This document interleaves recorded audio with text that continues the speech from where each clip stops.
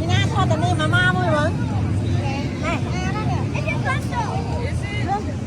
Ồ anh đi. Cái thơ mà bị khét thôi á. Thò thời bạn cho hoàn du.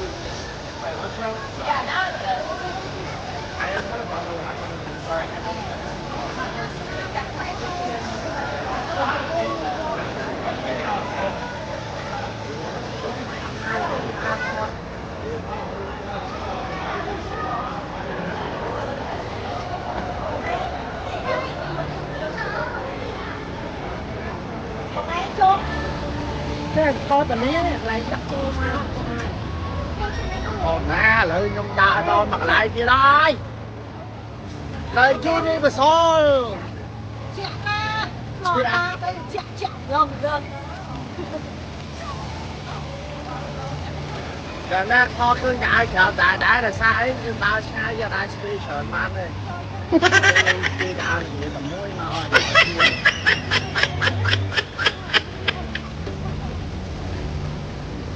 Nếu spray cả nó tầm mũi nó không xẻ xẻ. Giờ thời gian đây bẹt trên nghĩa mà. Rất phê đó. Universal. Buổi nhông nhưng phê và lĩa khơi cái đấy buổi thời học theo với nhau mua cho mình chia nhau bàn học nước tăng máu kèm cả lăng buổi nhông nước tăng máu kèm cả lăng này đúng không?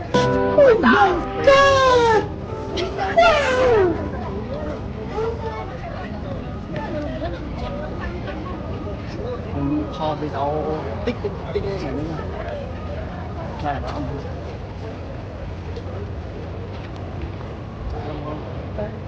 cả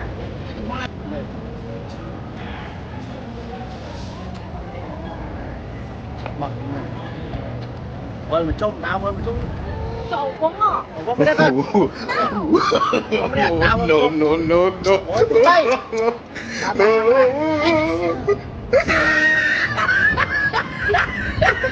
Oh my god, let me do it, let me.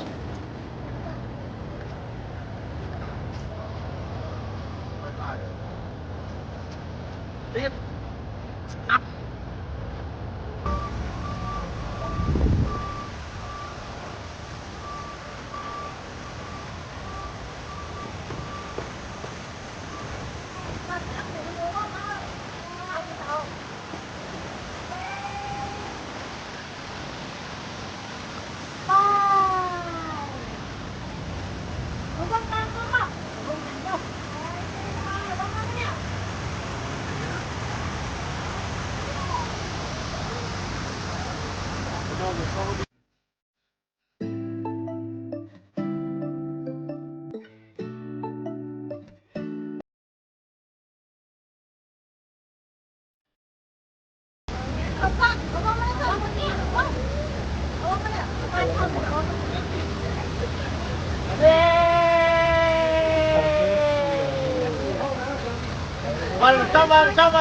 Cho ta ra đây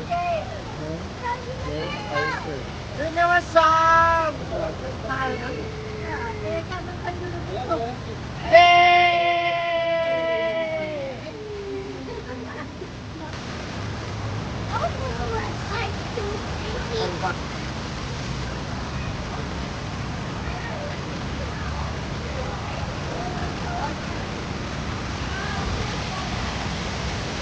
tay phân được ở căn là khó căn được sai không rồi khó có về không rồi không mà Universal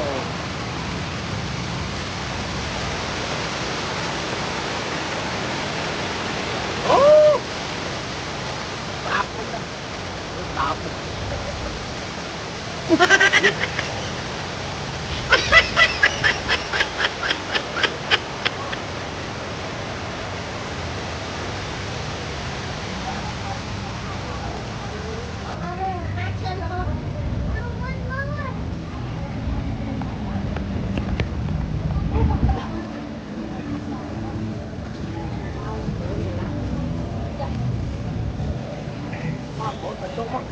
ôi tí bay ôi cho cái con đi ôi vô mà có nói cái nào ôi tí bay lên ta tam camera ôi tí bay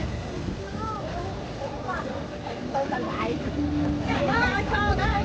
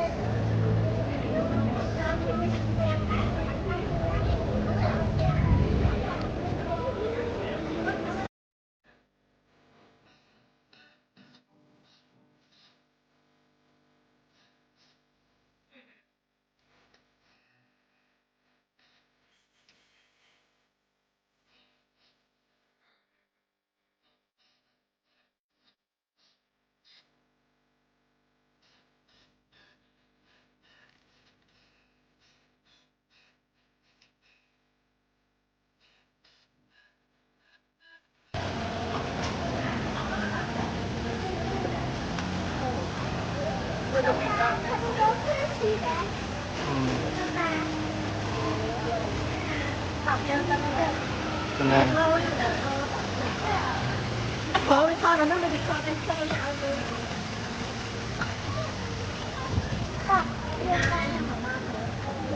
đa tắc khăn đấy là đa tắc khăn đúng không? Đa khăn đúng không? Không phải tao nhưng tao là tôi phải chơi ăn cái gì đó không? Bạn si cho cô một cái dây, phải liền. Tôi liền máu cho mình ra tay.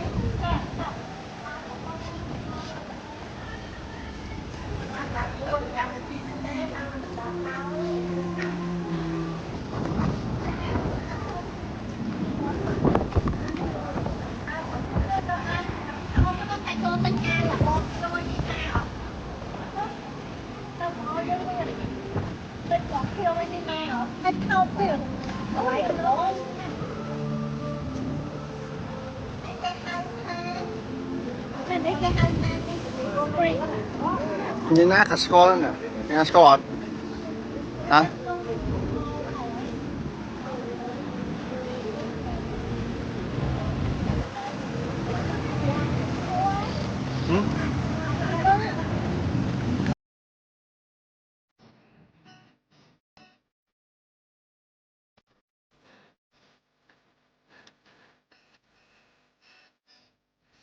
Sao tụi này mà ma mới rồi?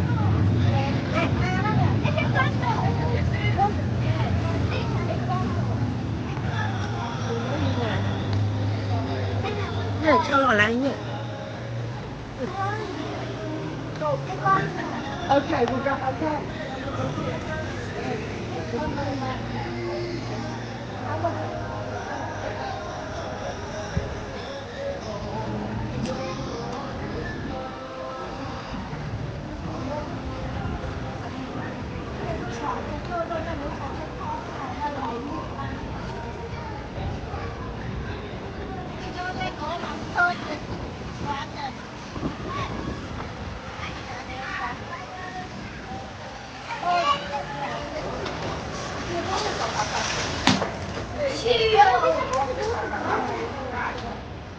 Mấy cái thơ mà bị Lego á, cái song á, hay no Elsa.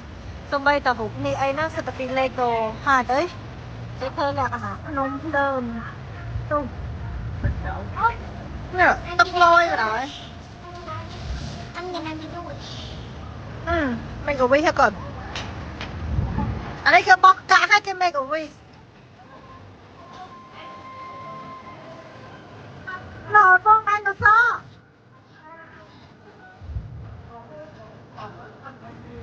Nó tam phơi cái xa đó nè.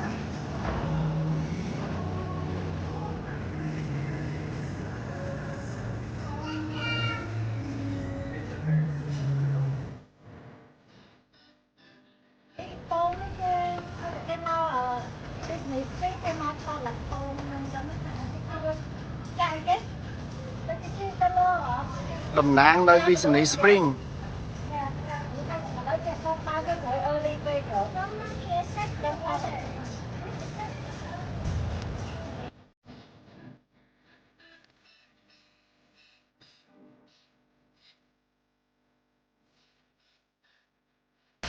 ôi chẳng vậy tha mallនៅ Florida គេកុំឲ្យថាមកអត់ស្គាល់ mall នៅ Florida ធំមកណាហើយនៅក្នុងហ្នឹងមានលក់សព brand ហ្មងហើយអ្នកចាំមើលដើម Christmas គេកប់សេរី con nan ơi បាច់ទៅដល់ញូវយ៉កទៅមកដល់នេះហើយមើលប្រអើយ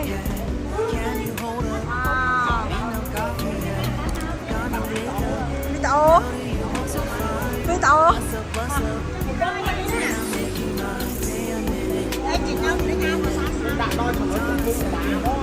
thôi đã hơi chú bắn ta anh thấy là chú bắn ta